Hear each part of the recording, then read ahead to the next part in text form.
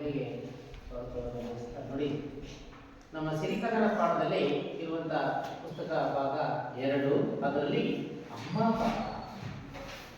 ಹಾಗಾದ್ರೆ ಈ ಅಮ್ಮ ಪಾಠವನ್ನು ಬರೆದಿರ್ತಕ್ಕಂಥ ಲೇಖಕರ ಪರಿಚಯವನ್ನು ಈಗಾಗಲೇ ನಿಮ್ಗೆ ಹೇಳಿದ್ವಿ.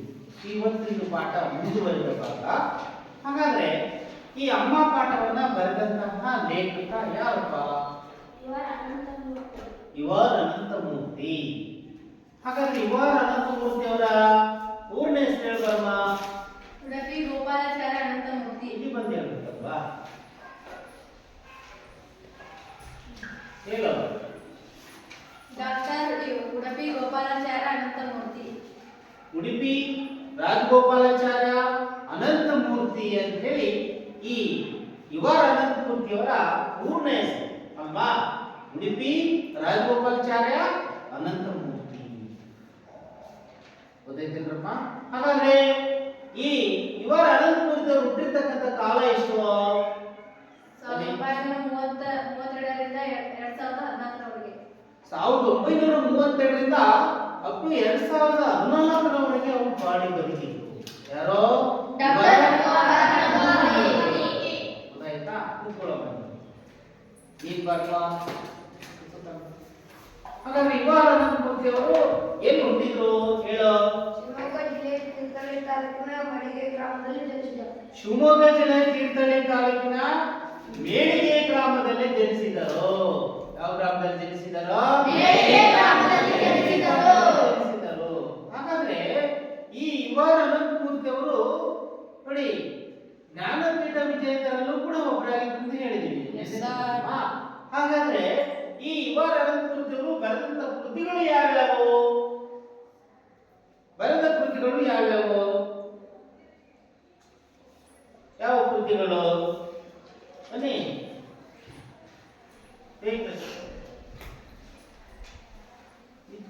ಹೇಳು.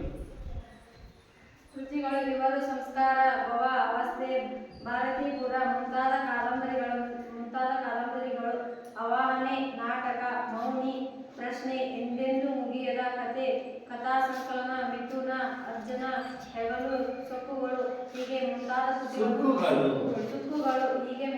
ಕೃತಿಗಳನ್ನು ಬರೆದಿದ್ದಾರೆ. ಹೀಗೆ ಮುಂತಾದ ಕೃತಿಗಳ ಪ್ರೌಢ ಸಂಕಲನಗಳನ್ನು ಅವರು ಬರೆದಿದ್ದಾರೆ. ಹೌದಾಯ್ತಂದ್ರಪ್ಪ? ಕೇಳಿಸ್ಕೊಂಡ್ರ?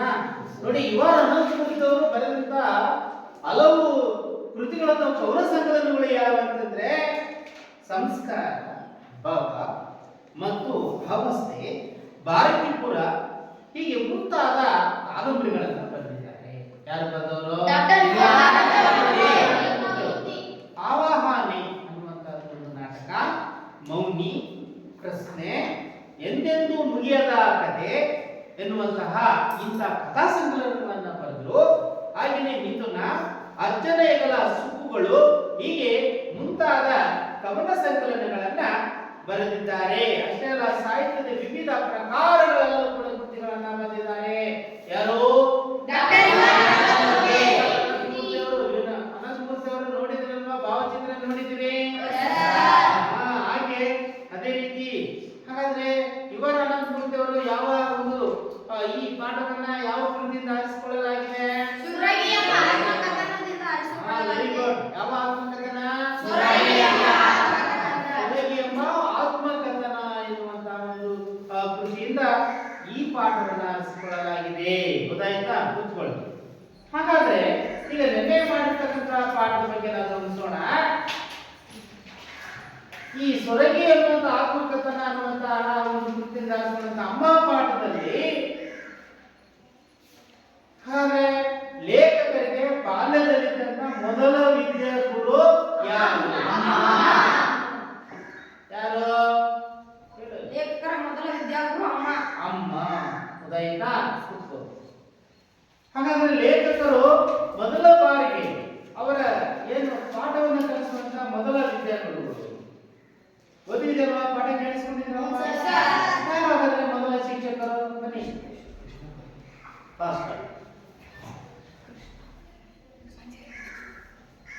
ಹೇಳಪ್ಪ. ಲೇಖಕರ ಮೊದಲ ಗುರು ಕೃಷ್ಣಪ್ಪಯ್ಯ. ಕೃಷ್ಣಪ್ಪಯ್ಯ. ಅಮ್ಮ ಮೊದಲ ಗುರು ಆದ್ರೆ ಅವರ ಪಾಠವನ್ನು ಹೇಳ್ಕೊಡುತ್ತಕ್ಕಂಥ ಗುರುಗಳು ಯಾರು? ಕೃಷ್ಣಪ್ಪಯ್ಯನವರು. ಹಾಗಾದ್ರೆ ನೆಕ್ಸ್ಟ್ ನಂತರ ಪ್ರಶ್ನೆ, ಸಣ್ಣ ಕುಳಿಯೊಳಗಿನ ಕಪ್ಪು ಹುಳುವನ್ನು ಯಾವ ಹೆಸರಿನಿಂದ ಕರೆಯಲಾಗಿದೆ? ಬರ್ಪ ಯಾವ ಹೆಸರಿನಿಂದ ಕರೆಯಲಾಗಿದೆ? ಅನ್ನಾದೇವಿ. ನೀವ್ ಹೇಳ್ಬರಮ್ಮ ವರ್ಷ ಏನಂತ ಕರೀತಾ ಇದ್ರು? ತನ್ನಾದೇವಿ ಗುಬ್ಬಿ ಅಂತೆಲ್ಲ ಕರೀತಾ ಇದ್ರು. ಹೌದಾಯ್ತಾ? ತನ್ನಾದೇವಿ ಗುಬ್ಬಿ ಅಂತೇಳಿ ಕರೀತಾ ಇದ್ರು. ಗುಬ್ಬ ಆ ಕಪ್ಪು ಹುಳುವನ್ನ ಮಲೆನಾಡಿನಲ್ಲಿ ನೋಡಿ, ಅಲ್ಲಿ ಇರ್ತಕ್ಕಂತಹ ಕೆಲವೊಂದು ಸ್ಥಳಗಳಲ್ಲಿ ಸಿಗ್ತಕ್ಕಂತಹ ಆ ಒಂದು ಕಪ್ಪು ಹುಳುವನ್ನ ನೋಡ್ತಾ ಅವರು ತನ್ನಾದೇವಿ ಗುಬ್ಬಿ ಅಂತೆಲ್ಲ ಕರೀತಕ್ಕಂಥ ಒಂದು ಸಂಪ್ರದಾಯ.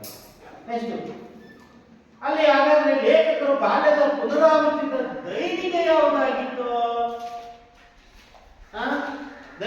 ದೈನಿಕ ಯಾವುದಾಗಿತ್ತು? ಬರ್ತಾರೆ ನೋಡಿ, ಓದು. ಇವತ್ತು ಮೇಷ್ಟ್ರಿಗೆ ಜ್ವರ ಬರಲಿ ದೇವರೇ ಎಂದು ಮನಸ್ಸಿನಲ್ಲೇ ಪ್ರಾರ್ಥಿಸುತ್ತಾ ಇರುವುದೇ ನನ್ನ ಬಾಲ್ಯದ ಪುನರಾವರ್ತಿತ ದೈನಿಕವಾಗಿತ್ತು. ದೈನಿಕವಾಗಿತ್ತು. Very good. ಈಗ ಪಾಠ ಓದು. ಬನ್ನಿಲೆ ಓದೇಳು ಸರ್. ಈ ಊರಿನಲ್ಲಿ ಹುಡುಗರ ಕಾಟ ಬಹಳ ಇತ್ತು. ನಮ್ಮಮ್ಮನಿಗೆ ದೂರದಲ್ಲಿ ಹುಡುಗಿ ಕೂಗುತ್ತಿದ್ದರೆ ಸಟ್ಟನೆ ತಿಳಿದು ಬಿಡುತ್ತಿತ್ತು. ಹುಲಿಗಳ ಶಬ್ದಕ್ಕೆ ತುಂಬಾ ಸೂಕ್ಷ್ಮವಾಗಿದ್ದ ಜೀವಿಗಳೆಂದರೆ ಕೊಟ್ಟಿಗೆಯ ದನಗಳು. Very good. ಈಗ ಈ ಕಡೆ ಗಮನ ಕೊಡಿ. ಈಗ ಉಳಿದ ಭಾಗದ ಬಗ್ಗೆ ನಾವು ತಿಳ್ಕೊಳ್ಳೋಣ.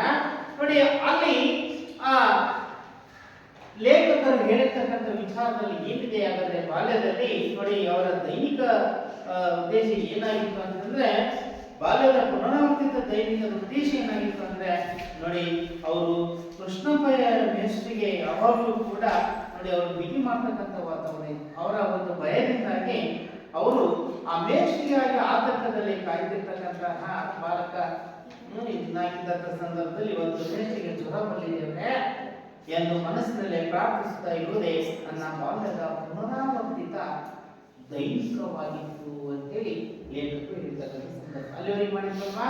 ನೆಕ್ಸ್ಟ್, ಕೆರೆ ಕೊಪ್ಪದಲ್ಲಿ ಯಾವ ಸ್ಥಳದಲ್ಲಿ? ಕೆರೆ ಕೊಪ್ಪದಲ್ಲಿ ನಮಗೆಲ್ಲ ಚರಟದ ಕಾಫಿ ನೋಡಿ, ಲೇಖಕರು ಹೇಳ್ತಾರೆ ಯಾವ ಊರಿನಲ್ಲಿ ನಮಗೆ ಬಾಲ್ಯದಲ್ಲಿ ಎಂತ ಕಾಫಿ ಸಿಗ್ತಾ ಇತ್ತು? ಕೆರೆ ಕೊಪ್ಪದಲ್ಲಿ ನಮಗೆಲ್ಲ ಎಂತ ಕಾಫಿ?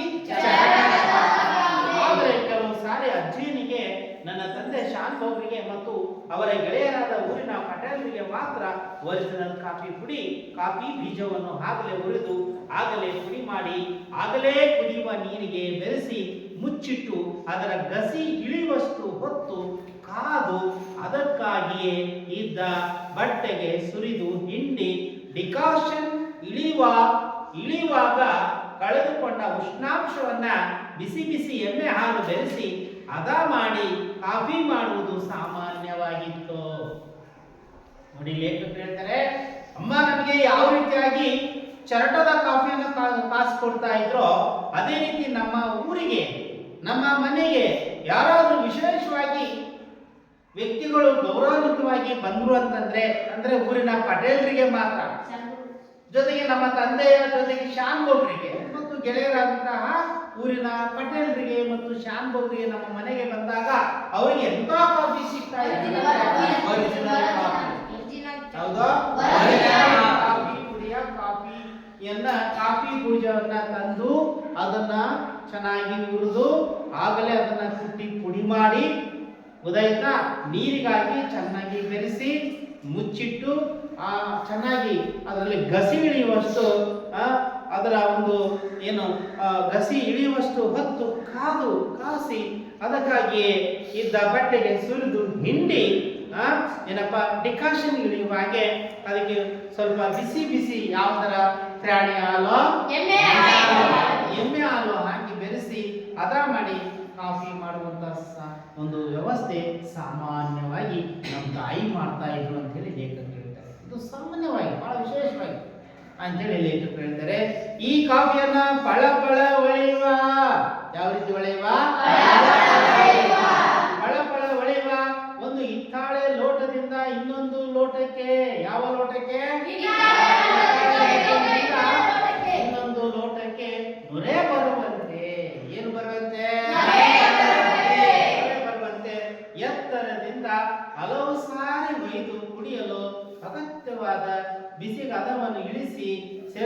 ಮುಚ್ಚಿದ ಕೈಯ ಮೇಲೆ ಅದನ್ನು ಇಟ್ಕೊಂಡು ಹಸನ್ಮುಖಿಯಾಗಿ ಅಮ್ಮ ಕುಡಿಯಲು ಕೊಡುತ್ತಿದ್ದರು. ಗೊತ್ತಾಯ್ತಾ?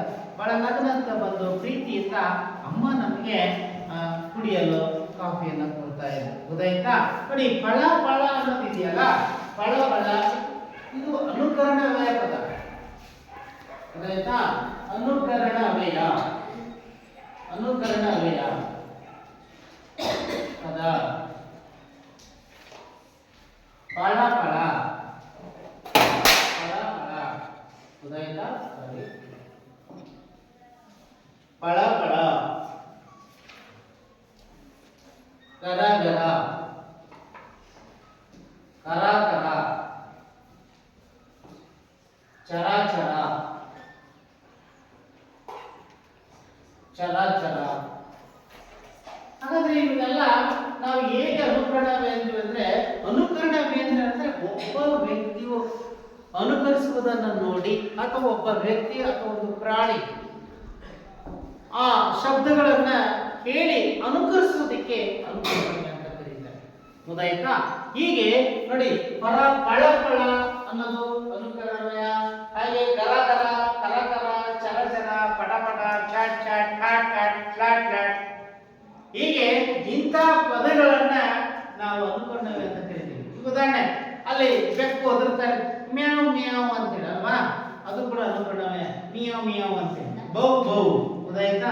ಎಲ್ಲವೂ ಕೂಡ ಒಂದು ಶಬ್ದವನ್ನು ನೋಡಿ ಅನುಕರಿಸತಕ್ಕಂಥ ಪದಗಳಿಗೆ ನಾವು ಅನುಕರಣವೇ ಅಂತ ಕರಿತೀವಿ. ಹೀಗೆ ಈ ರೀತಿಯಾಗಿ ಪಳಪಳನೆ ಹೊಳೆಯುವಂತಹ ಹಿತ್ತಾಳ ಲೋಟದಿಂದ ನಮಗೆ ಕಾಫಿಯನ್ನು ತಂದುಕೊಡ್ತಾ ಇದ್ದು, ಅದು ಬರೆ ಬರುವಂತೆ ಮೇಲಿಂದ ಕೆಳಗೆ, ಕೆಳಗಿಂದ ಮೇಲೆ, ಹೀಗೆ ಹರಿಸಿ ಅದ ಬಿಸಿಗಾದವನ್ನು ಇಳಿಸಿ ಸೆರಗ ಮುಚ್ಚಿದ ಕೈಯ ಮೇಲೆ ಅದನ್ನು ಇಟ್ಕೊಂಡು ಅಸನ್ಮುಖಿಯಾಗಿ ಸಂತೋಷವಾಗಿ ಅಮ್ಮ ಬಂದು ನಮಗೆ ಕುಡಿಯಲು ಕೊಡ್ತಾ ಇದ್ರು. ಏನ್ ಕೊಡ್ತಾ ಇದ್ರಪ್ಪ? ಕಾಫಿ. ಮಕ್ಕಳಿಗೂ ನನಗೂ ಎಲ್ಲೋ ಒಂದೊಂದು ಸಾರಿ, ಮಕ್ಕಳಿಗೂ ಮತ್ತೆ ನನಗೂ ಕೂಡ ಎಲ್ಲೋ ಒಂದು ಸಾರಿ ಈ ಕಾಫಿಯ ಪುಣ್ಯ ಸಿಕ್ತಿತ್ತು. ಒರಿಜಿನಲ್ ಕಾಫಿ ಪುಡಿ ಇಟ್ಟು ಮಕ್ಕಳಿಗೂ ಮತ್ತು ನನಗೂ ಯಾವಾಗ ಒಂದ್ಸರಿ ಸಿಗ್ತದೆ. ಆದ್ರೆ ಮನೆಯ ವಿಷಯಕ್ಕೆ ಬಂದಾಗ ಸಾಮಾನ್ಯವಾಗಿ ನಮ್ಮ ತಂದೆಯ ಜೊತೆ ಬಂದಂತ ಗೆಳೆಯರಿಗೂ ಮತ್ತು ಶ್ಯಾಮ್ ಬಾಬುಗೂ ಮಾತ್ರ ಅಂದೇ ತಂದಂತ ಕಾಫಿ ಬೀಜಗಳನ್ನು ತಂದು ಪುಡಿ ಮಾಡಿ ಕೊಟ್ಟು ನೀರಿಗೆ ಕಾಸಿ ಚೆನ್ನಾಗಿ ಕಾಸಿಬಿಟ್ಟು ಅದನ್ನು ಹಿಂಡಿ ಅದರ ರಸವನ್ನು ತೆಗೆದು ಅದಕ್ಕೆ ಎಮ್ಮೆ ಹಾಲನ್ನು ಹಾಕಿ ಹದಬಡಿಸಿ ಚೆನ್ನಾಗಿ ಕಾಸಿಬಿಟ್ಟು ನೊರೆ ಬರುವ ಹಾಗೆ ಕಾಫಿಯನ್ನು ಕೊಡ್ತಾ ಇದ್ರು. ಇನ್ನು ಇಂಥ ಒಂದು ಪುಣ್ಯ ನಮಗೆ ಸಿಗ್ತಾ ಇತ್ತು ಅಂತ ಹೇಳಿದೆ. ನಿತ್ಯ ಈ ಕಾಫಿಯ ಘಮ ಘಮ ವಾಸನೆಯನ್ನು ಕೊಂಚವಾದರೂ ಉಳಿಸಿಕೊಂಡ ಅದರ ಚರಟ ಕುದಿಸಿ ಘಮ ಘಮ, ಇದು ಕೂಡ ಘಮ ಘಮ ಒಟ್ಟಿಗೆ ಬಂದಿದೆ కదా, ಘಮ ಘಮ. ಗೊತ್ತಾಯ್ತಾ? ಘಮ ಘಮ, ಘಮ ಘಮ. ಗೊತ್ತಾಯ್ತಾ? ಇದು ದಿರುಕ್ತಿ ಪದ. ಇದು ದಿರುಕ್ತಿ ಪದ. ಆದ್ರೆ ದಿರುಕ್ತಿ ಅಂದ್ರೆ ಏನು? ದಿರುಕ್ತಿ ಪದ ಅಂದ್ರೆ ಏನು ಅಂತಂದ್ರೆ ಎರಡು ಒಟ್ಟಿಗೆ ಬರುವಂತ ಪದ, ಘಮ ಮತ್ತೆ ಘಮ. ಬೇಗ ಬೇಗ, ನಡೆ ನಡೆ, ಹೋಗು ಹೋಗು, ಈ ತರ ಬರುವಂತಹ ಪದಗಳನ್ನ ನಾವು ದಿರುಕ್ತಿ ಪದಗಳಂತ ಕರಿತೀವಿ. ಹಾಗೆ ಘಮ ಘಮ ವಾಸನೆಯನ್ನ ಕೊಂಚವಾದರೂ, ಕೊಂಚವಾದರೂ ನೋಡಿ ಪದದ ಅರ್ಥ, ಪದದ ಅರ್ಥ ಗೊತ್ತಾಯ್ತಾ? ಕೊಂಚ ಅಂದ್ರೇನು? ಕೊಂಚ ಅಂದ್ರೆ ಸ್ವಲ್ಪ, ಸ್ವಲ್ಪ. ಕೊಂಚ ಅಂದ್ರೇನಪ್ಪ? ಸ್ವಲ್ಪ.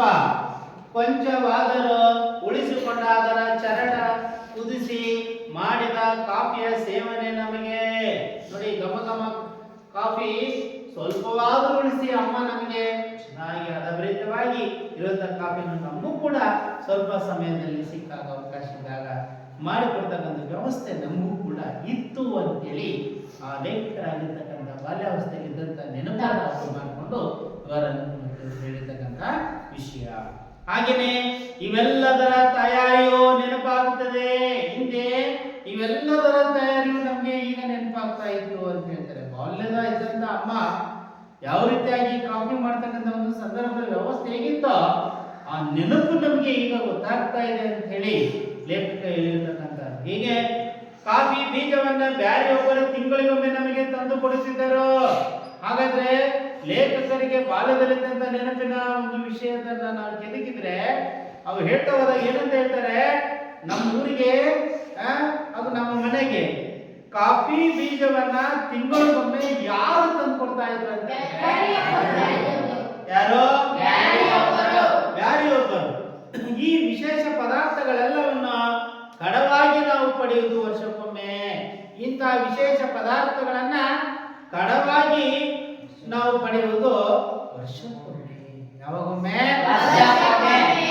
ವರ್ಷಕ್ಕೊಮ್ಮೆ. ಅಂದ್ರೆ ದೀಪಾವಳಿಯಿಂದ ಇನ್ನೊಂದು ದೀಪಾವಳಿಗೆ ಕಡವಾಗಿ ಅಂತಂದ್ರೆ ಹೊರಗಡೆಯಿಂದ ಎರವಲಾಗಿ, ಕಡವಾಗಿ ಅಂತಂದ್ರೆ ಎರವಲಾಗಿ. ಗೊತ್ತಾಯ್ತಾ?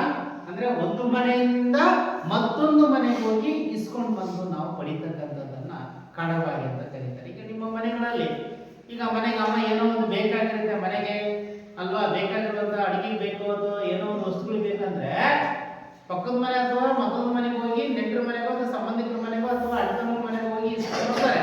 ನಾಳೆ ಕೊಡ್ತೀವಿ, ನಾಡಿದ್ದು ಕೊಡ್ತೀವಿ, ಒಂದು ಸೇರು ಇಟ್ಟು ಕೊಡಿ, ಒಂದು ಕೆಜಿ ಅಕ್ಕಿ ಕೊಡಿ ಅಥವಾ ಮೆಣಸಿನ್ಕಾಯಿ ಕೊಡಿ ಅಂತ ಕೇಳ್ತಾರಲ್ವಾ.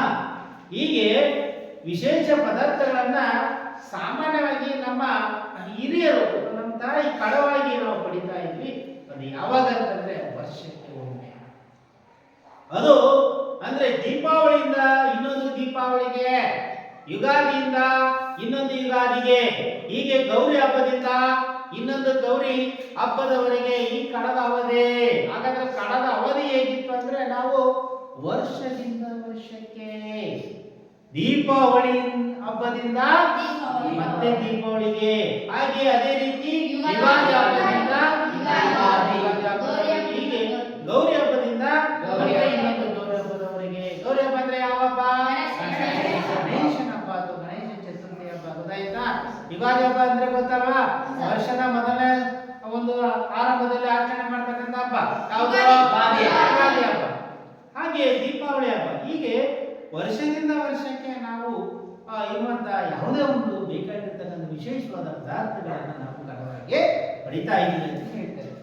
ನಾವು ಬೆಳೆದ ಅಡಿಕೆಯನ್ನು, ಭತ್ತವನ್ನು ಬದಲಿಗೆ ಕೊಟ್ಟು ಕಡವನ್ನು ತೀರಿಸುತ್ತಿದ್ದರು. ಹೀಗೆ ಅದರ ಬದಲಿಗೆ ನಮ್ಮ ಮನೆಯಲ್ಲಿ ಬೆಳೀತಕ್ಕಂತಹ ದವಸ ಧಾನ್ಯಗಳನ್ನು ಕಡವಾಗಿಟ್ಟು, ಅಂದ್ರೆ ಏನು ವಿಶೇಷವಾಗಿ ಪದಾರ್ಥಗಳನ್ನ ಪಡಿತಾ ಇದ್ವು ಅದಕ್ಕೆ ಮರುಪಾವತಿಯಾಗಿ ಅಡಿಕೆಯನ್ನು ಅಥವಾ ಭತ್ತವನ್ನು ಅದರ ಬದಲಿಗೆ ಕೊಟ್ಟು ಕಡವನ್ನ ತೀರಿಸ್ತಿದ್ವಿ. ಗೊತ್ತಾಯ್ತಾ? ಕಡವಾಗಿ ಏನು ಪಡಿತಾ ಇದ್ರೋ ಮನೆಯಲ್ಲಿ ಬೆಳೀತಕ್ಕಂಥ ದವಸ ಧಾನ್ಯಗಳನ್ನ ನಾವು ಕೊಟ್ಟು ಆ ಸಾಲವನ್ನ ತೀರಿಸ್ತಾ ಇದ್ವಿ ಅಂತೇಳಿ ಲೇಖಕ ಹೇಳ್ತಾರೆ. ಅದೇ ರೀತಿ ಜರಿ, ಟೋಪಿ, ತೊಟ್ಟ, ಬ್ಯಾರಿ ಬಂದಾಗಲೆಲ್ಲ ನಮಗೆ ಸಕ್ಕರೆಯಿಂದ ಮಾಡಿದ ಮಿಠಾಯಿ, ಪುಕ್ಕಟೆ ಸಿಗುತ್ತಿತ್ತು. ಹಾಗಾದ್ರೆ ಆ ಜರಿ ಟೋಪಿ ಹೇಗೆ ಕಾಣಿಸ್ತಾ ಇದ್ದ? ಜರಿ ಅಂದ್ರೆ ಬ್ಯಾರಿಯವರು ಹೇಗೆ ಕಾಣಿಸ್ತಾ ಇದ್ರ? ಬ್ಯಾರಿಯವರು ಹೇಗೆ ಕಾಣಿಸ್ತಾ ಇದ್ರು? ಲೇಖಕರು ಯಾವ ಟೋಪಿಯನ್ನು ಧರಿಸ್ಕೊಂಡು ಬರ್ತಾ ಇದ್ದಲ್ಲ? ಧರಿಸ್ಕೊಂಡು ಬರ್ತಾ ಇದ್ದ. ಹಾಗೆ ಕಾಫಿ ಪುಡಿ ತರಬೇಕಾದ ತಂದು ಕೊಡುವಂತ ವ್ಯವಸ್ಥೆ ಇದ್ದಾಗ ಆಗ ಆ ಬಾಲಕರಾಗಿದ್ದ ಮಕ್ಕಳಿಗೆ ಏನನ್ನು ಕೊಟ್ಟು ಹೋಗ್ತಾ ಇದ್ದ? ಪುಕ್ಕಟೆಯಾಗಿ. ಪುಕ್ಕಟೆ ಅಂದ್ರೆ ಉಚಿತವಾಗಿ. ಪುಕ್ಕಟೆ ಅಂದ್ರೆ ಉಚಿತ. ಬರ್ಕೊಳ್ಳಿ, ಪುಕ್ಕಟೆ ಅಂದ್ರೆ ಉಚಿತ. ಪುಕ್ಕಟೆ ಅಂತಂದ್ರೆ ಉಚಿತ. ಉಚಿತವಾಗಿ ಸಕ್ಕರೆ ಮಿಠಾಯಿ ಸಿಹಿಯನ್ನ ಮಕ್ಕಳಿಗೆ ಕೊಟ್ಟು ಹೋಗ್ತಕ್ಕಂಥ ವ್ಯವಸ್ಥೆಯನ್ನ ಆ ಬ್ಯಾರಿಯವರು ಮಾಡ್ತಾ ಇದ್ರು. ಆಗ ನನ್ನ ಭಯದ ನಿವಾರಣೆ ಎಂದು ಎಂದೋ ಒಮ್ಮೆ ಕರಡಿ ಆಡಿಸುವನು ತಂದ ಕಡು ಕಪ್ಪು ಕರಡಿ ಮೇಲೆ ನನ್ನನ್ನು ಕೂರಿಸಿ ಅಂಗಳ ಸುತ್ತಿದ್ದು ನೆನಪಿದೆ. ನೋಡಿ, ನಮ್ಮ ಬಾಲ್ಯದಲ್ಲಿ ನಮ್ಮಮ್ಮ ಹಾಗೂ ನಮ್ಮ ಪೋಷಕರು ನನ್ನ ಭಯದ ನಿವಾರಣೆಗೆ, ಭಯವನ್ನು ನಿವಾರಿಸೋಸ್ಕರ ಯಾವ ಪ್ರಾಣಿಯ ಮೇಲೆ ಕೂರಿಸ್ತಾ ಇದ್ರು? ಕರಡಿ. ಕರಡಿಯನ್ನ ನೋಡಿದ್ರಾ? ನೋಡಿಲ್ವಾ? ನೋಡಿದ್ರಲ್ವಾ? ಹಿಂದೆ ಚಿಕ್ಕ ಮಕ್ಕಳಿಗೆ ಭಯವನ್ನ ಹೋಗಲಾಡಿಸೋದಕ್ಕೆ ಯಾವ ಪ್ರಾಣಿಯ ಮೇಲೆ ನಿವಾರಿಸ್ತಾ ಇದ್ರೆ ಅಂದ್ರೆ ಕರಡಿ ಮೇಲೆ ಕೂರಿಸ್ತಾ ಇದ್ರು. ಕರಡಿ ಮೇಲೆ ಕೂರಿಸಿ ಆಡಿಸುವಂತಹ, ಜೊತೆಗೆ ಕಡು ಕಪ್ಪು ಕರಡಿ ಮೇಲೆ ನನ್ನನ್ನು ಕೂರಿಸಿದ್ರು. ಯಾವ ಬಣ್ಣದ ಕರಡಿ? ಕಪ್ಪು ಬಣ್ಣದ ಕರಡಿ. ಗೊತ್ತಾಯ್ತಾ? ಕರುಗಿರುವಂತಹ ಕಪ್ಪು ಬಣ್ಣದ ಕರಡಿ ಮೇಲೆ ನಮ್ಮನ್ನು ಕೂಡಿಸಿ ಆಡಿಸುವಂತ ವ್ಯವಸ್ಥೆ ಹಿಂದೆ ನಮ್ಮ ತಾಯಿ ಮಾಡಿಸ್ತಾ ಇದ್ರು ಅಂತೇಳಿ ಲೇಖಕ ಹೇಳ್ತಾನೆ. ಹೀಗೆ ಕೈಯಲ್ಲಿ ಕಾಸಾಡದ ಆ ಕಾಲದಲ್ಲೇ, ಕೈಯಲ್ಲಿ ಕಾಸಾಡದ, ಕಾಸು ಅಂತಂದ್ರೆ ಏನು? ಹಣ. ಅದಾಯ್ತಾ? ಕಾಸು ಅಂದ್ರೆ ಏನಪ್ಪ? ಹಣ. ಕಾಸು ಅಂದ್ರೆ ಏನು? ಹಣ. ಆ ಕಾಲದಲ್ಲಿ ಅಂದ್ರೆ ಹಿಂದೆ ಬಾಲ್ಯದಲ್ಲಿದ್ದಾಗ ಲೇಖಕರು ಹೇಳುವಂತಹ ಸಂದರ್ಭ ಹೇಗಿದೆ ನೆನಪಿನ ಕಥೆ ಅಂದ್ರೆ ಅವರ ಆತ್ಮಕಥೆಯಲ್ಲಿ ಹಿಂದೆ ಆ ಕಾಲದಲ್ಲಿ ಕಾಸಾಡದ ಆ ಕಾಲದಲ್ಲಿ ಹಲವು ಸಾರಿ ಮನೆಯಲ್ಲಿ ಎಲ್ಲರೂ ಕಾಪಿ ಮಾಡುವಷ್ಟು ಅನುಕೂಲ ಇರುತ್ತಿರ್ಲಿಕ್ಕಪ್ಪ. ಬಡತನ ಇತ್ತೋ ಎಲ್ಲಾ ಸಂದರ್ಭದಲ್ಲೂ ನಮಗೆ ಹಣ ಸಿಗ್ತಾ ಇರಲಿಲ್ಲ. ಜೊತೆಗೆ ಹಲವು ಸಾರಿ ಮನೆಯಲ್ಲಿ ಎಲ್ರಿಗೂ ಕಾಪಿ ಮಾಡುವಂತ ಅನುಕೂಲ ವ್ಯವಸ್ಥೆ ಇರಲಿಲ್ಲ. ಗೊತ್ತಾಯ್ತಾ? ನೋಡಿ, ಮನೆಯಲ್ಲಿ ಬಿಡಿಸಿ ಅದನ್ನ, ಮನೆ ಪ್ಲಸ್ ಅಲ್ಲಿ, ಬಿಡಿಸಿ ಅದನ್ನ, ಮನೆ ಪ್ಲಸ್ ಅಲ್ಲಿ, ಮನೆ ಪ್ಲಸ್ ಅಲ್ಲಿ, ಮನೆ ಪ್ಲಸ್ ಅಲ್ಲಿ ಈಕ್ವಲ್ ಮನೆಯಲ್ಲಿ. ಮನೆ. ಗೊತ್ತಾಯ್ತಾ? ಇಲ್ಲಿ ನೋಡಿ, ಮನೆ ಅನ್ನೋದು ಪೂರ್ವ ಪದ. ಎಂತ ಪದ ಅದು? ಪೂರ್ವ ಪದ. ಅಂದ್ರೆ ಇಲ್ಲಿ ನೋಡಿ ಏಕಾಳ ಇದೆ ಅಂದ್ರೆ ಸ್ವರಾಕ್ಷರ ಪ್ಲಸ್ ಮುಂದೆ ಉತ್ತರ ಪದ ಮೊದಲನೇ ಸ್ವರ ಅಕ್ಷರ ಆ ಇದೆ ಅಲ್ವಾ? ಮನೆ ಯಾವ ರೀತಿ ಇದ್ದಾಗೆ ಇದೆ ಇಲ್ಲಿ ಪದ. ಗೊತ್ತಾಯ್ತಾ? ನಾಮಪದ. ಮನೆ ಅನ್ನೋದು ನಾಮಪದ. ಗೊತ್ತಾಯ್ತಾ? ಸೇಮ್ ಬದಲಾವಣೆ ಆಗಿಲ್ಲ. ಯಾವ ಬದಲಿಗೆ ಆ ಅಕ್ಷರ ಬಂದಿದೆ? ಯಾವ ಒಳಗಡೆ ಆ ಸ್ವರ ಇದೆ? ಯಾವ ಸ್ವರ ಇದೆ? ಆ ಸ್ವರ ಇದೆ. ಯಾವ ಬದಲಿಗೆ ಹೊಸ ಅಕ್ಷರವಾಗಿ ಆ ಬಂದಿದೆ? ಗೊತ್ತಾಯ್ತಾ? ಅಂದ್ರೆ ಇದು ಸ್ವರದ ಮುಂದೆ ಸ್ವರ ಬಂದು ಸಂಧಿ ಮಾಡುವಾಗ ಸ್ವರದ ಮುಂದೆ ಸ್ವರ ಬಂದು ಯಾ ಎಂಬ ಹೊಸ ಅಕ್ಷರ ಆಕಾರ ಬಂದಿದೆ. ಹಾಗಾಗಿ ಯಕಾರ ಮತ್ತೆ ವಕಾರ ಅಂದ್ರೆ ಇದು ಯಾವ ಸಂಧಿಗೆ ಬಳಕೆ ಆಗುತ್ತೆ ಅಂದ್ರೆ ಆಗಮ ಸಂಧಿ. ಅದರಲ್ಲಿ ಇತರೆ ವಿಧ ನೋಡಿ. ಇನ್ನೊಂದು ಇದರಲ್ಲಿ ಯಕಾರಾಗಮ ಸಂಧಿ ಅಂತ ಕರೀತಾರೆ. ಅದರ ಮತ್ತೊಂದು ವಿಧದಲ್ಲಿ ಯಕಾರಾಗಮ ಸಂಧಿ. ಸ್ವರದ ಮುಂದೆ ಸ್ವರ ಬಂದು ಯಾ ಎಂಬ ಹೊಸ ಅಕ್ಷರ ಅದರಲ್ಲಿ ಉಚ್ಚಾರಣೆ ಮಾಡತಕ್ಕಂತಹ ಮನೆ ಪ್ಲಸ್ ಅಲ್ಲಿ, ಮನೆಯಲ್ಲಿ. ಗೊತ್ತಾಯ್ತಾ? ಈ ರೀತಿ ನಾವು ಸಂಧಿ ಮಾಡಿಕೊಂಡು ಅರ್ಥ ಪೂರ್ಣವಾಗಿ ಇರುವಂತ ಪದ ಉಚ್ಚಾರಣೆ ಮಾಡ್ತಾ ಹೋದಾಗ ಯಾ ಎಂಬ ಹೊಸ ಅಕ್ಷರ ಬಂದ್ರೆ ಅದನ್ನ ಯಕಾರಾಗಮ ಸಂಧಿ ಅಂತ ಕರೀತಾರೆ. ಯಾವ ಸಂಧಿ ಅಂತ ಕರೀತಾರೆ? ನೆನ್ಪಿಟ್ಕೊಳ್ಳಿ. ಹೀಗೆ ಮನೆಯಲ್ಲಿ ಹಲವು ಸಾರಿ ನಮಗೆ ಕಾಫಿ ಮಾಡಿಕೊಡುವಂತ ಅನುಕೂಲದ ವ್ಯವಸ್ಥೆ ಮಾಡ್ತಾ ಇರಲಿಲ್ಲ. ಯಾಕಂದ್ರೆ ನಮಗೆ ಏನ್ ಕೊರತೆ ಇತ್ತು? ಏನ್ ಕೊರತೆ ಇತ್ತು? ಮನೆಯಲ್ಲಿ ಬಡತನ ಇತ್ತು. ಬಡತನ ನಿವಾರಣೆ ಮಾಡಬೇಕಾದ್ರೆ ಏನ್ ಬೇಕು? ಕಾಸು. ಆದ್ರೆ ಆ ಕಾಲದಲ್ಲಿ ಕೈಯಲ್ಲಿ ಏನಿರ್ಲಿಲ್ಲ? ಕಾಸು ಇರ್ಲಿಲ್ಲ, ಹಣ ಇರ್ಲಿಲ್ಲ. ಹಾಗಾಗಿ ಕೆಲವೊಮ್ಮೆ ಅಮ್ಮ ಸ್ವಲ್ಪ ಕಾಫಿ ಪುಡಿಯಲ್ಲಿ ಒಂದು ಲೋಟ ಕಾಫಿ ಮಾಡಿ ಅಪ್ಪನಿಗೆ ಕೊಟ್ಟು, ಕೆಲವೊಮ್ಮೆ ಅಮ್ಮ ಕಾಫಿ ಮಾಡಿ ಅದರಲ್ಲಿ ಸ್ವಲ್ಪ ಕಾಫಿ ಪುಡಿಯಲ್ಲಿ ಒಂದು ಲೋಟ ಯಾರಿಗೆ ಕೊಟ್ಟು? ಕೊಟ್ಟು ಆ ಕಾಫಿ ಮಾಡಿದ ಚರಕದಲ್ಲಿ ನನಗೆ, ತನಗೆ ಮತ್ತು ನನ್ನ ಅಜ್ಜನಿಗೆ ಕೊಡುತ್ತಿದ್ದಾರ. ಇಲ್ಲಿ ಸ್ವಲ್ಪ ಕಾಫಿ ಪುಡಿಯಲ್ಲಿ ಕೆಲವೊಮ್ಮೆ ಅಮ್ಮ ಕಾಫಿ ಕಾಸಬೇಕಾದ್ರೆ ಇರುವಂತ ಸ್ವಲ್ಪ ಒಳ್ಳೆ ಒರಿಜಿನಲ್ ಕಾಫಿ ಪುಡಿಯಲ್ಲಿ ಅಪ್ಪನಿಗೆ ಕಾಸು ಕೊಡುವಂತ ಒಂದು ಉಳಿದಂತ ಕಾಫಿಯಲ್ಲಿ ನನಗೂ, ಆಮೇಲೆ ನನ್ನ ತಾಯಿಗೂ ಮತ್ತು ನನ್ನ ಅಜ್ಜನಿಗೂ ಹೀಗೆ ಕಾಸು ಕೊಡುವಂತಹ ವ್ಯವಸ್ಥೆ ಇತ್ತು. ಅದರಲ್ಲಿ ನನಗೆ ಚರಕನಿಗೆ ಮತ್ತು ನನ್ನ ಅಜ್ಜನಿಗೆ ಮತ್ತು ನಮ್ಮಮ್ಮನಿಗೆ ಕೊಡುತ್ತಿದ್ದರು. ಹೀಗೆ ಅಜ್ಜ ಮನೆಗೆ ಹಿರಿಯರಾದ್ರಿಂದ ನನಗೆ ಚರಟದಲ್ಲೇ ಕಾಫಿಯೋ ಅಂತ ಕೇಳಿದ್ದೆ. ಅಜ್ಜ ನಮ್ಮ ಮನೆಗೆ ಅವರೇ ಹಿರಿಯರಾಗಿದ್ದರಿಂದ ನನಗೂ ಚರಟದಲ್ಲಿ ಕಾಫಿಯೋ ಅಂತ ಹೇಳ್ತಾ ಇದ್ರು ಅಂತ ಹೇಳ್ತಾರೆ. ಹೀಗೆ ಮನೆಯಲ್ಲಿ ಅಜ್ಜಿಗೂ ಅಮ್ಮನಿಗೂ ಕಿರಿಕಿರಿಯಾದಾಗ, ಹಾಗಾದ್ರೆ ಮನೆಯಲ್ಲಿ ಯಾರ್ಯಾರಿಗೆ ಕಿರಿಕಿರಿಯಾದಾಗ?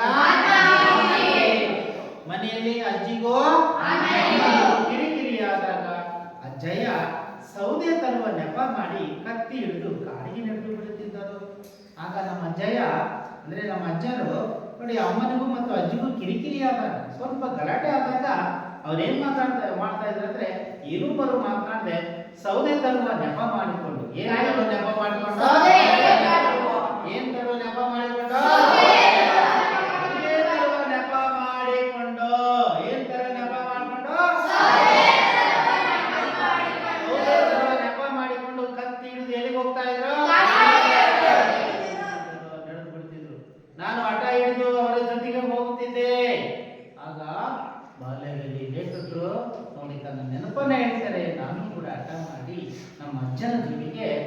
ಕಾಡಿಗೆ ಹೋಗ್ತಾ ಇದ್ದೆ ಅಂತ ಹೇಳ್ತಾರೆ. ಎಲ್ಲಿಗೆ? ಕಾಡಿಗೆ. ಹೀಗೆ ಅಮ್ಮನಿಗೆ ನಾನು ಹೀಗೆ ಅಜ್ಜನ ಜೊತೆ ಪಟ್ಟಂಗ ಮಾಡುತ್ತಾ ಅಲಿಯುವುದು ಇಷ್ಟವಾಗುತ್ತಿರಲಿಲ್ಲ. ಹೀಗೆ ನಾನು ನನ್ನ ಅಜ್ಜನ ಜೊತೆಗೆ ಕಲಿತಾ ಇರಬೇಕಾದ್ರೆ ನೋಡಿ ಅದು ಯಾರಿಗೆ ಇಷ್ಟ ಆಗ್ತಾ ಇರಲಿಲ್ಲ? ಅಮ್ಮನಿಗೆ ಇಷ್ಟ ಆಗ್ತಾ ಇರಲಿಲ್ಲ ಅಂತ ಹೇಳಿ ಹೀಗೆ ಅಂತ ಸಮಯದಲ್ಲಿ ಏನೇನೋ ನೆವ ಮಾಡಿಕೊಂಡು ನಾನು ಕಾಡರಟೆಯಲ್ಲಿ ಕಾಲ ಕಳೆಯುತ್ತಾ ಯಾವ ರಟೆಯಲ್ಲಿ ಕಾಲ ಕಳೆಯುತ್ತಾ ಅಕ್ಷರ ತಿದ್ದುತ್ತಿಲ್ಲವೆಂದು ಅಜ್ಜನ ಎದುರೇ ಬೈಯುತ್ತಿದ್ದರು. ಯಾರು ಬೈತಾ ಇದ್ರು? ಅಜ್ಜನ ಎದುರು ಯಾರು ಬೈತಾ ಇದ್ರು? ಅಮ್ಮ ಬೈತಾ ಇದ್ರು. ಸುಮ್ಮನೆ ಕಾಡರಟೆಯಲ್ಲಿ ಕಾಲಹರಣ ಮಾಡ್ತಾ ಇದೆಯಾ ನೀನು ಅಂತೇಳಿ ನನಗೆ ಏನು ಅಕ್ಷರ ತಿದ್ದುತ್ತಾ ಇಲ್ಲಲ್ಲ ಅಂತೇಳಿ ನನಗೆ ಅಜ್ಜನಿದ್ರೆ ಅಮ್ಮ ನನಗೆ ಬೈತಾ ಇದ್ರು. ಗೊತ್ತಾಯ್ತಾ? ಈಗ ಪಾಠವನ್ನ ಬಂದು ಎರಡೆರಡು ಲೈನ್ ಬನ್ನಿ, ಬೇಗ ಬೇಗ ಬರಬೇಕು ಬೇಗ ಬೇಗ. ಆಮೇಲೆ ಈ ಊರಿನಲ್ಲಿ ಹುಲಿಗಳ ಕಾಟ. ಇದನ್ನ ಓದು. ಕೆರೆಕೊಪ್ಪದಲ್ಲಿ ನಮಗೆಲ್ಲ ಚರಟದ ಕಾಪಿ ಕಾಪಿ ಅಂದರೆ ಆದರೆ ಕೆಲವು ಸಾರಿ ಅಜ್ಜನಿಗೆ ನನ್ನ ತಂದೆ ನಾನು ಭೋಗರಿಗೆ ಮತ್ತು ಅವರ ಗೆಳೆಯರಾದ ಊರಿನ ಪಟೇಲರಿಗೆ ಮಾತ್ರ ಒರಿಜಿನಲ್ ಕುಡಿಯ ಕಾಫಿ. ಕೂತ್ಕೋ, ಬನ್ನಿ.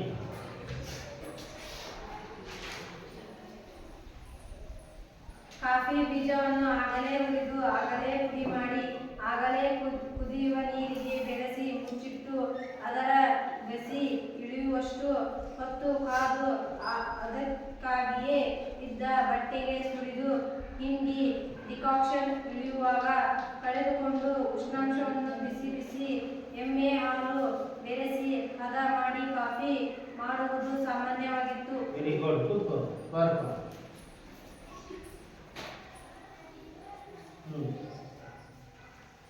ಈ ಕಾಫಿಯನ್ನು ಪಳಪಳ ಹೊಳೆಯುವ ಒಂದು ಹಿತ್ತಾಳೆ ಲೋಟದಿಂದ ಇನ್ನೊಂದು ಲೋಟಕ್ಕೆ ನೊರೆ ಬರುವಂತೆ ಎತ್ತರದಿಂದ ಹಲವು ಸಾರಿ ಹುಯ್ದು ಕುಡಿಯಲು ಅಗತ್ಯವಾದ ಬಿಸಿಗಳನ್ನು ಇಳಿಸಿ ಸೆರಗು ಮುಚ್ಚಿದ ಕೈ ಮೇಲೆ ಅದನ್ನು ಇಟ್ಟುಕೊಂಡು ಹಸನ್ಮುಖಿಯಾಗಿ ಅಮ್ಮ ಕುಡಿಯಲು ಕೊಡುತ್ತಿದ್ದರು. Very good. ಬನ್ನಿ ಬೇಗ.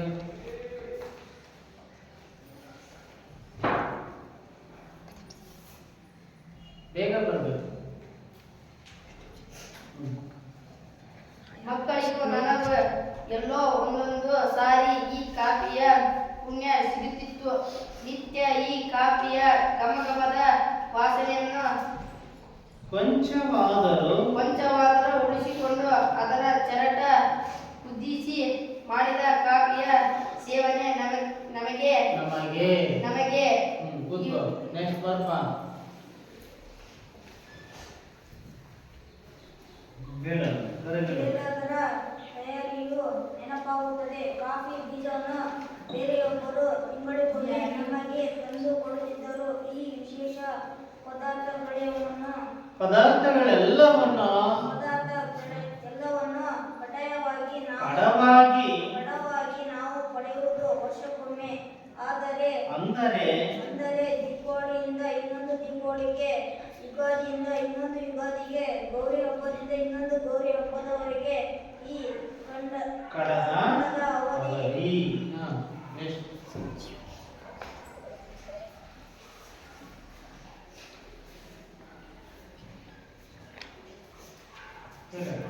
ನಾವು ಬೆಳೆದ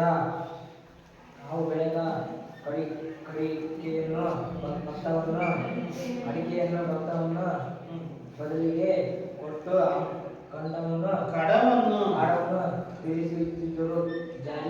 ಜೇರಿ ಟೋಪಿ ದೊಡ್ಡ ಬ್ಯಾರಿ ಬಂದಿರಲಿಲ್ಲ. ಮಾಡಿದ ಮಿಠಾಯಿ ಪುಕ್ಕಟೆ ಸಿಕ್ಕಿತು. ನನ್ನ ಭಯ ನಿವಾರಣೆ ಎಂದು ಒಮ್ಮೆ ಎಂದೋ ಒಮ್ಮೆ ಕರಡಿ ಅಳಿಸುವವನು ತನ್ನ ಕಡು ಕಪ್ಪು ಕರಡಿ ಮೇಲೆ ನನ್ನನ್ನು ಸುರಿಸಿ ಅಂಗಳ ಸುತ್ತಿದ್ದು ನೆನಪಿದೆ. ಕುಳಿತು ಬನ್ನಿ. ಕೈಯಲ್ಲಿ ಕಾಸಾಡದ ಆ ಕಾಲದಲ್ಲಿ ಹಲವು ಹಲವು ಸಾರಿ ಮನೆಯಲ್ಲಿ ಎಲ್ಲರಿಗೂ ಕಾಫಿ ಮಾಡುವಷ್ಟು ಅನುಕೂಲ ಇರಲಿಲ್ಲ. ಇರುತ್ತಿರಲಿಲ್ಲ. ಇರುತ್ತಿರಲಿಲ್ಲ. ಬಾರು ನೀನು ಸುರೇಶ.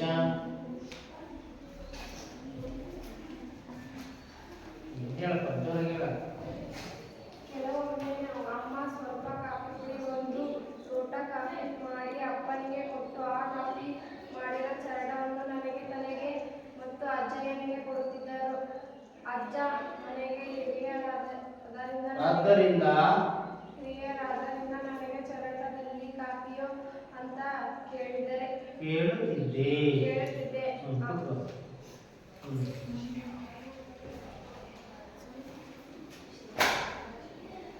ಮನೆಯಲ್ಲಿ ಅಜ್ಜನಿಗೂ ಅಮ್ಮನಿಗೂ ಕೇಳಿಕೊಳ್ಳುವ ಕಿರಿಕಿರಿಯಾದಾಗ ಅಜ್ಜಯ್ಯ ಸೌದೆ ತರುವ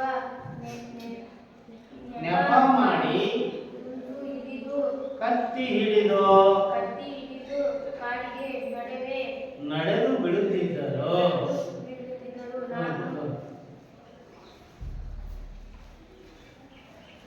ನಾನು ಆಟ ಹಿಡಿದು ಅವರ ಜೊತೆ ಹೋಗುತ್ತಿದ್ದೆ. ಅಮ್ಮನಿಗೆ ನಾನು ಹೀಗೆ ಅಜ್ಜಯ್ಯನ ಜೊತೆ ಪಟ್ಟಾಂಗ ಮಾಡುತ್ತಾ ಅಲೆಯುವುದು ಇಷ್ಟವಾಗುತ್ತಿರಲಿಲ್ಲ. ಅಂತಹ ಸಮಯದಲ್ಲಿ ಏನೇನು ನೆವ ಮಾಡಿಕೊಂಡು ನಾನು ಕಾಡು ಹರಟೆಯಲ್ಲಿ ಕಾಲ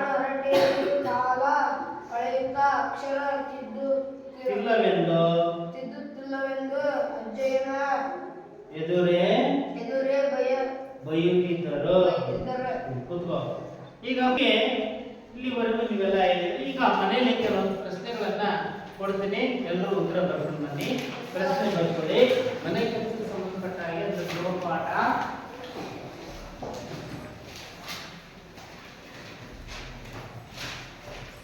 ಬರ್ಕೊಳ್ಳಿ ಪ್ರಶ್ನೆ.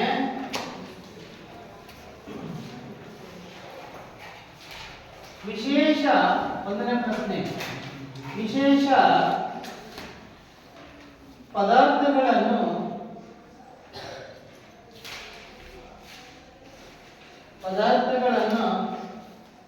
ಕಡವಾಗಿ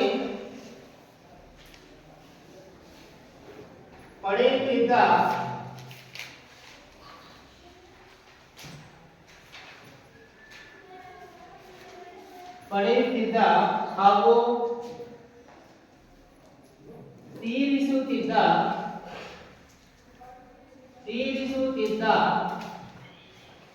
ಬಗೆ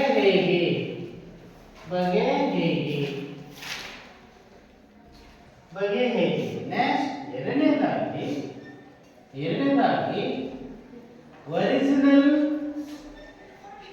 ಒರಿಜಿನಲ್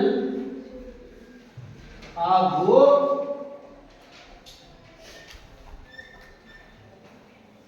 ಚರಟದ ಕಾಪಿಯ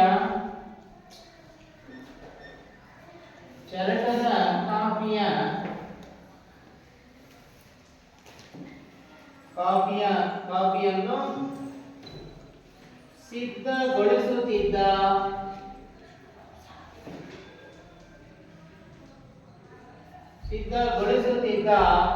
ಬಗೆಯನ್ನು